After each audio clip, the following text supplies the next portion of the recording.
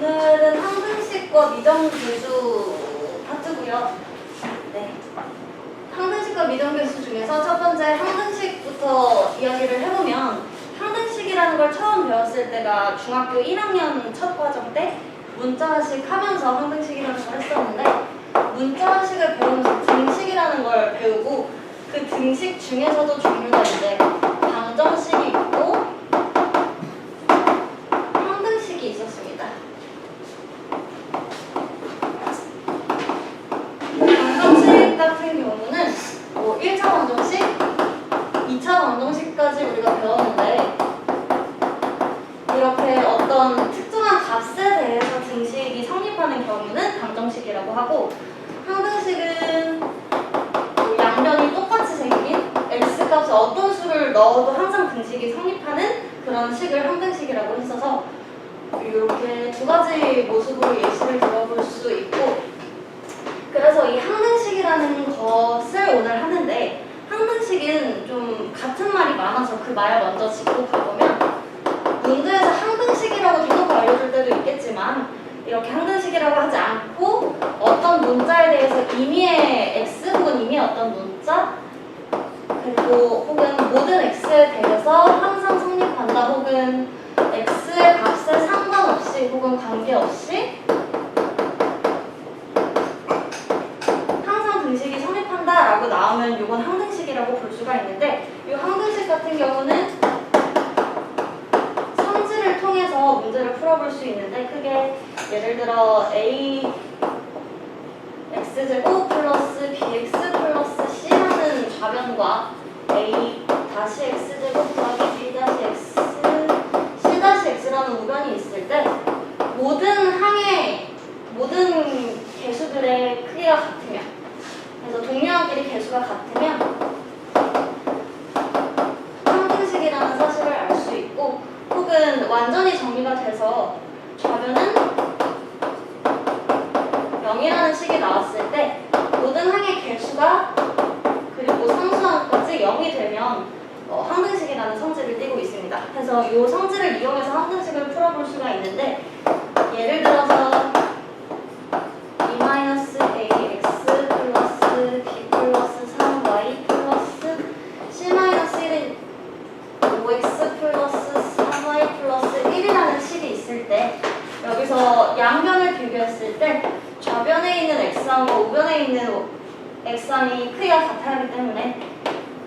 x의 개수를 5가 되게 하는 a값은 마이너스 3이 되고 그 다음에 좌변에 있는 y항과 우변에 있는 y항이 똑같아야 하기 때문에 b는 0이 되고 좌변에 있는 상수항과 우변에 있는 상수항이 같아야 하기 때문에 c가 2라는 거를 구할 수 있고 또 좌변은 우변의 형태가 아니라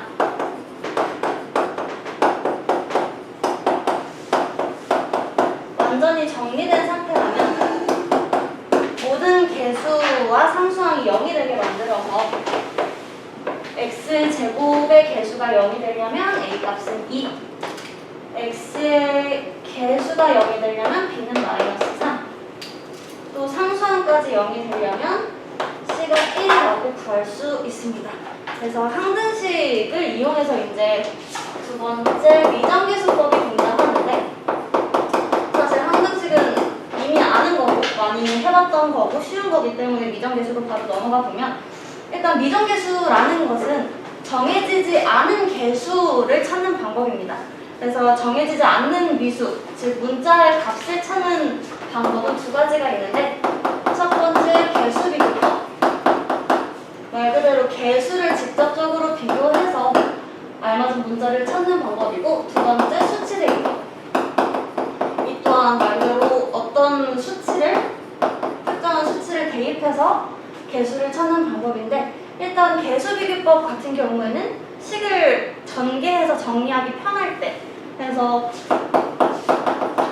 전개가 쉬울 때 사용하고요. 그게 최고차항이나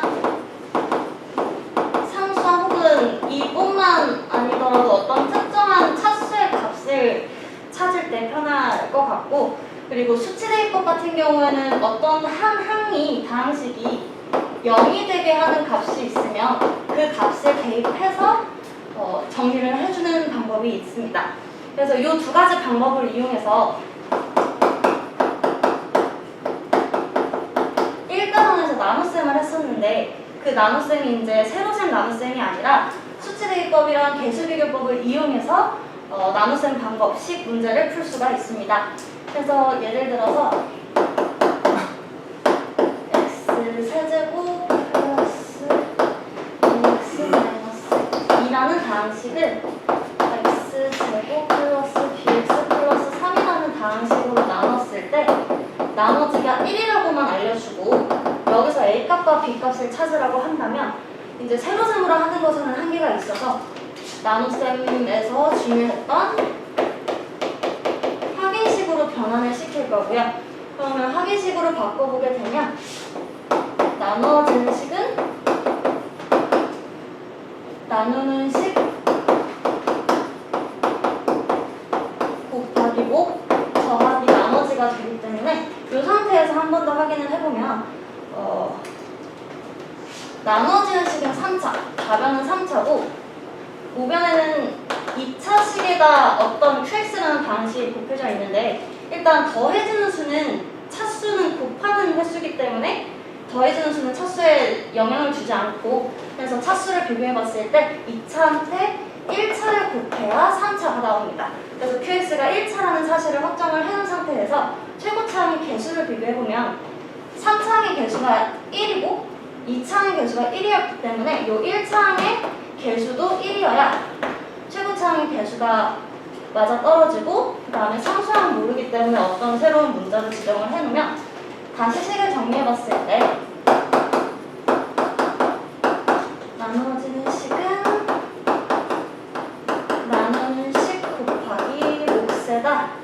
더하기 1을 한 것과 같은데 걔를 이항시키면 마이너스 3이 되고 그럼 여기서 저희는 이 개수비교법과 수치대입법 중에 일단 수치를 대입할 수 있는 부분은 없어서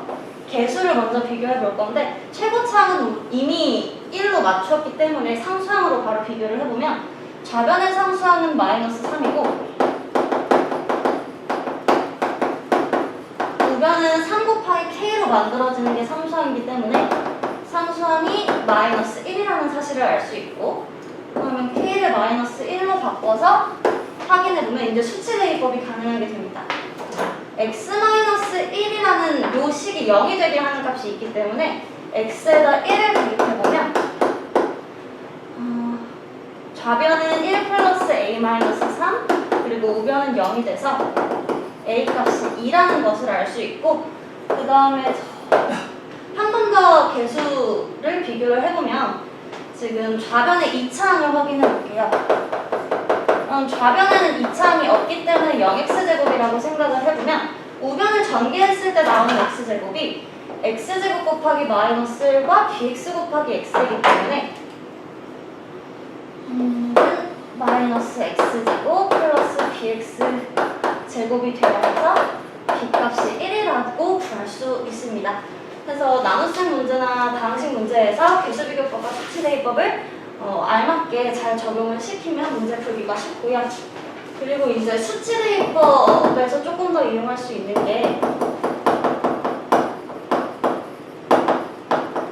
개수들의 합을 구하는 문제가 나오는데 예를 들어서 어떤 다항식 fs가 a3x 세제곱 a2x제곱 a1의 x a0라고 했을 때 이제 가장 기본적으로 많이 나오는 게 상수항을 포함한 모든 개수들의 합이고요. 이거 같은 경우에는 위에 다항식에서 확인해보면 A3 더하기 A2 더하기 A1 더하기 A0를 의미하는데 이 식을 만들기 위해서는 x의 값에 1을 대입하면 만들어집니다. 그래서 f1의 값과 1의 값과 같고 요것과 똑같이 이거는 x의 1이 아니라 마이너스 1을 대입해보면 홀수차항에만 마이너스가 붙어서 마이너스 a3 플러스 a2 마이너스 A1 플러스 A0가 나오는데 이 1번과 2번식을 이용해서 그 다음으로 자주 나오는 게 홀수창의 개수의 합을 구할 수 있게 됩니다. 그러면 1번과 2번식을 이용해 본다고 했을 때 요 위의 식에서 아래 식을 빼보면